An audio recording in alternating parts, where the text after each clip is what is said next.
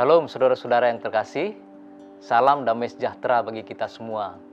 Perbincangan kali ini mengangkat topik 3 strategi di masa sulit. Beberapa waktu lalu, saya mendapatkan pesan singkat melalui WA dari seorang sahabat lama saya.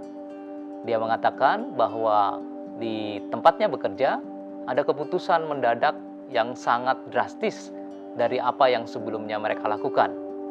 Ini adalah dampak dari bencana yang dialami saat ini.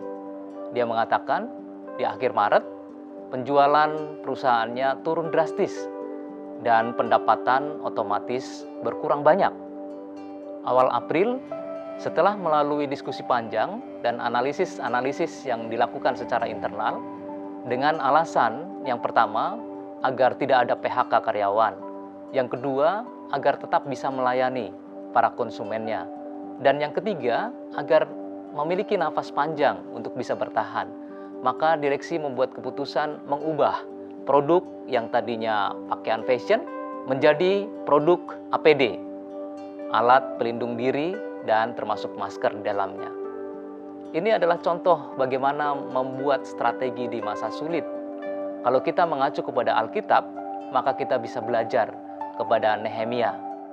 Kemudian jawabku kepada raja, jika raja menganggap baik dan berkenan kepada hamba-Mu ini, utuslah aku ke Yehuda, ke kota pekuburan nenek moyangku, supaya aku membangunnya kembali.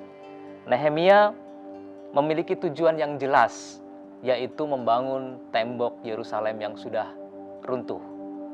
Kalau kita membuat strategi, setidaknya ada 3 pertanyaan dasar yang harus dijawab. Yang pertama, kemana kita hendak pergi? Ini pertanyaan yang menunjukkan kepada target, kepada sasaran, kepada apa yang ingin kita capai. Ini pertanyaan yang harus dijawab secara terukur dan jelas. Lalu pertanyaan yang kedua, dengan cara apa kita bisa mencapai tujuan itu, target itu, atau sasaran itu?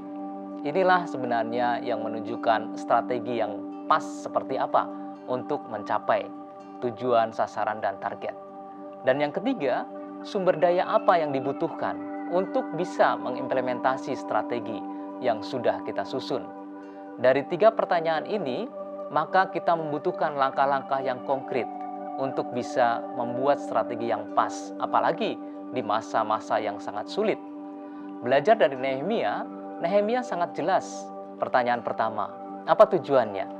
Dia akan membangun tembok Yerusalem yang sudah runtuh. Lalu kita bisa belajar apa yang dilakukan Nehemia untuk mencapai hal itu. Dia memilih strateginya adalah komunikasi yang intens, mengkomunikasikan kepada raja dan memohon kepada raja untuk bisa mengizinkan, memberikan surat izin menuju Yehuda dan juga meminta bantuan segala macam kebutuhan yang dibutuhkan untuk membangun tembok Yerusalem. Sumber daya apa yang dibutuhkan? Ya tentu sumber daya manusia membangun tembok itu dengan mengkonsolidasikan semua kaum yang tersisa di Yerusalem untuk bersama-sama membangun tembok Yerusalem. Dalam menyusun strategi, lazimnya kita harus melalui 3 tahapan. Tahap pertama, kita melihat situasi eksternal. Tahap kedua, kita harus melihat situasi secara jujur dan objektif internal kita. Dan yang tahap ketiga, memadukan antara analisis internal dan eksternal ini.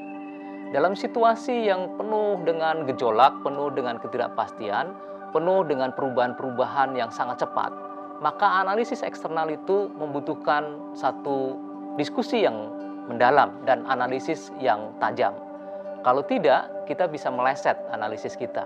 Kita harus bisa mendeskripsikan, mengidentifikasi semua aspek-aspek yang bisa menjadi penghambat, yang bisa menjadi ancaman bagi keberadaan kita, baik pribadi maupun lembaga. Kita harus melihat secara jeli apa yang terjadi, tren-tren apa yang akan terjadi situasi eksternal ini. Lalu yang kedua, kita juga harus melihat secara internal apa yang ada di diri kita, baik kekuatan ataupun kelemahan yang ada di dalam lembaga kita, atau bisa juga skala pribadi adalah kekuatan dan kelemahan kita. Kita harus mampu memadukan antara analisis eksternal dan analisis internal. Paduan antara 2 analisis ini akan melahirkan strategi yang pas. Sekali lagi, strategi adalah langkah-langkah kunci dan utama untuk mencapai tujuan, untuk mencapai target, untuk mencapai sasaran yang kita inginkan. Jadi cara yang paling tepat adalah cara paduan antara keberadaan internal kita dan situasi eksternal, yang dimana ada juga peluang-peluang ataupun ancaman-ancaman yang bisa kita kelola dengan apa yang ada di dalam diri kita, apa yang ada di dalam lembaga kita.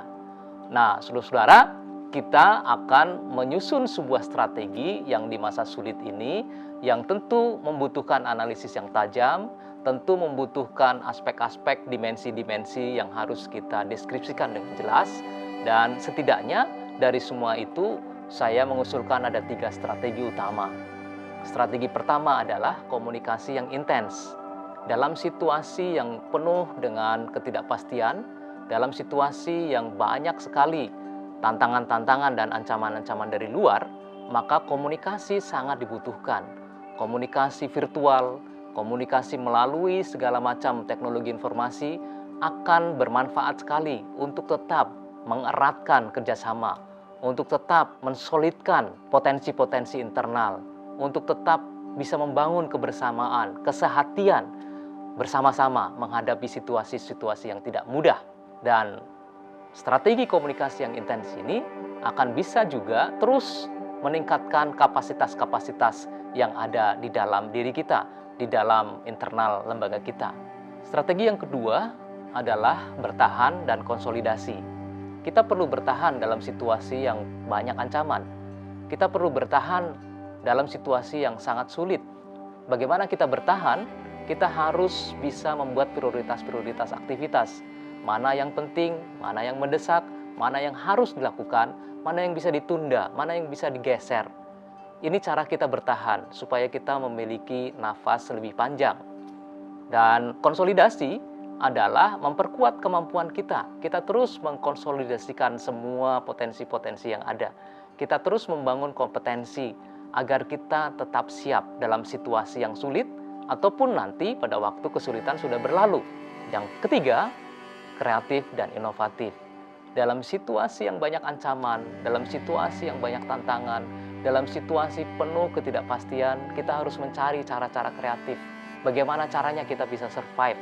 Bagaimana caranya kita memiliki terobosan-terobosan agar organisasi ini tetap berjalan, bahkan agar kita pribadi bisa tetap bertahan. Dengan kreatif ini, maka gagasan-gagasan, terobosan-terobosan, ide-ide harus kita produksi banyak-banyak. Setelah itu, barulah inovasi.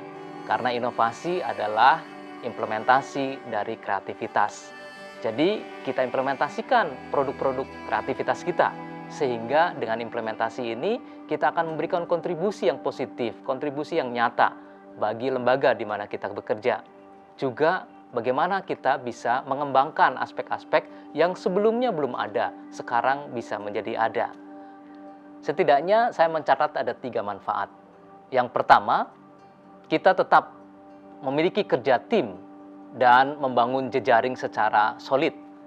Kerja tim dan jejaring yang solid sangat dibutuhkan, kapan saja, di mana saja, dalam situasi apapun. Yang kedua, kita memiliki energi dan kompetensi yang tetap prima. Apabila kita menerapkan 3 strategi tadi, maka energi kita, optimisme kita akan tetap bisa pertahankan. Dan juga yang lebih penting, kompetensi kita untuk menghadapi situasi-situasi sulit maupun untuk menjelang di masa sulit ini bisa terlewati. Manfaat yang ketiga adalah cepat pulih dan terbang tinggi. Kita menerapkan 3 strategi tadi itu, maka kita bisa terus bertahan, maka kita bisa cepat beradaptasi, maka kita bisa lebih siap pasca krisis, pasca kesulitan-kesulitan yang kita hadapi. Dengan 3 manfaat di atas, maka tidak ada alasan lagi untuk kita tidak menerapkan 3 strategi di masa sulit. Karena ini sudah terbukti bagi semua pihak di dalam masa-masa sulit. Semoga bermanfaat bagi kita semua. Jangan lupa membaca Alkitab setiap hari agar kualitas hidup kita lebih baik. Salam Alkitab untuk semua. Tuhan Yesus memberkati.